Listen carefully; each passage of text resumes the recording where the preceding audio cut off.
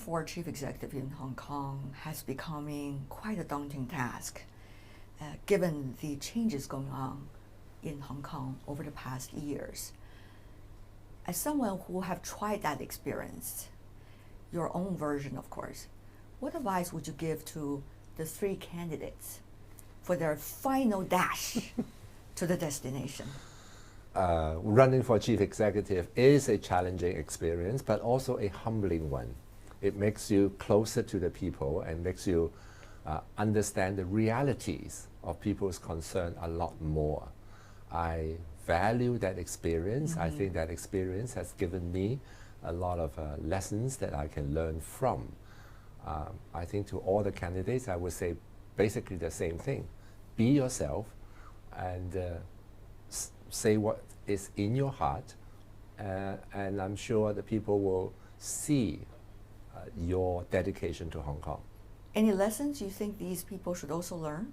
I think one of the lessons that I have learned in the past 20 years after returning to the mainland is that we should always listen to the people and be more inclusive in terms of the views that we gather. I think one of the strengths is to be able to listen to different views. Be a great listener is always one of the best qualities of any individual, I guess, anywhere in the world. I think it is probably one of the hardest qualities of any leader to be able to listen rather than just talk. That's very true. Mr. Tang, what kind of qualities do you think the CE should have, whether it's a he or she, particularly given your personal experiences? I have every confidence that we will elect somebody who is both patriotic and love Hong Kong. We will elect somebody who is capable, have good teamwork and experience, and also supported by the people of Hong Kong as well as the Central People's Government. Does it sound like a Carrie Lam that you're talking about, the experiences? Well, all three candidates have been in government for a long time in one branch or the other, whether it's judiciary or the executive. And they all have their own capabilities, strong points, as well as weaknesses. Overall, I personally feel that Carrie is the stronger candidate. Why is that? Because I have had working experiences with all of them. So I kind of have a first-hand knowledge of their character, their capabilities, as well as their shortcomings. What's her character and what's her shortcomings? Carrie is very capable, very dedicated, and she's very motivated to work for the people of Hong Kong and for, of course, for the country. So Carrie is also very committed to her beliefs and very principle-minded. I like people like that.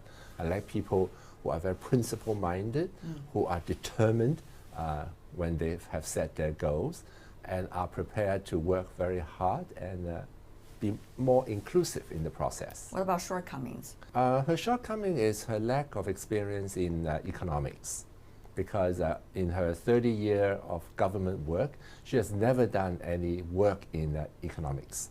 So Hong Kong being a very economic city, and I believe the Central People Government, like us, to develop stronger economic activities in order to be a further asset to the country. So I think that is her shortcoming. Can she make it up? I actually had a very good conversation with her before she decided to run.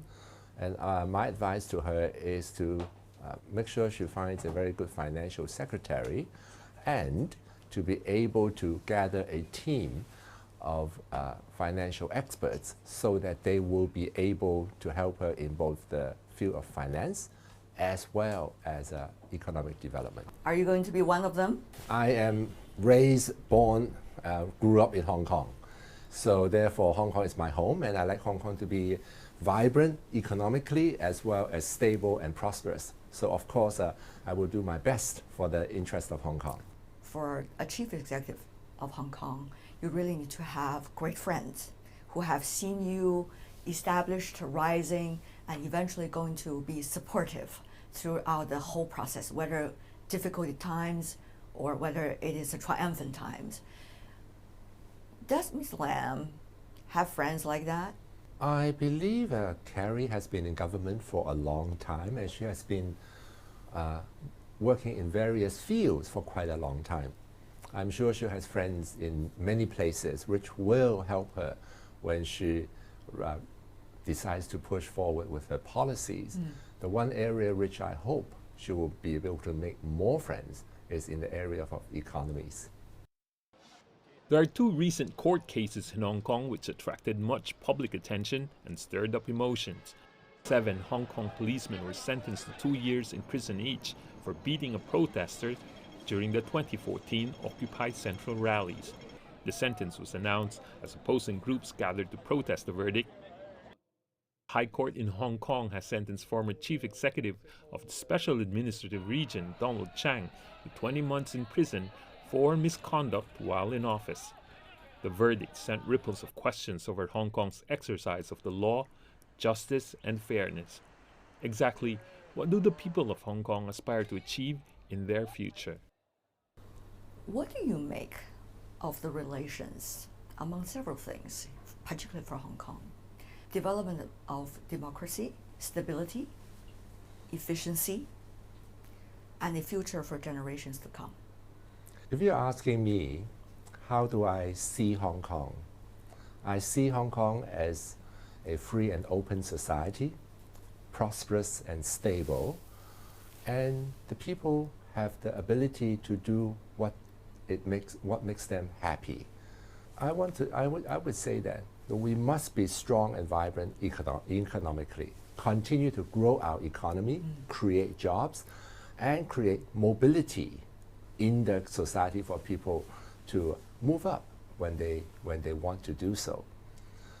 And secondly, to have the stability of having a home, of having a stable and good healthcare, education, as well as retirement benefits. But the third criteria, which is more specific, is to be able to do things that make you happy.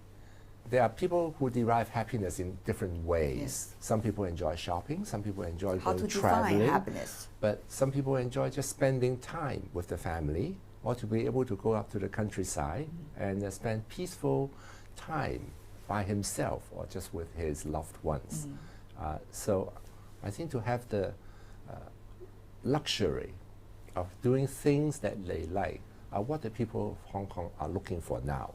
Not necessarily materialistic luxuries, but rather things that will gratify and satisfy them intellectually as well as mentally. There are a lot of things going on recently in Hong Kong. May I just mention one or two of them? And I do want to hear your insights on these events. For example, the punishment of the police. I believe that when police in exercising their duties, in carrying out their duties, have violated rules and regulations and law, that is wrong. Put it more simply, it's wrong to beat up a prisoner. Yeah. Anyone. Or anyone for that matter. But on the other hand, after you have been provoked under very extenuating circumstances, is it a mitigating factor that your punishment can be in the context of these mitigating circumstances? And I believe so. So I believe the sentence of 2 years is excessive. Compare with the person, one of the protesters, threw a brick at the police and he only got 9 months.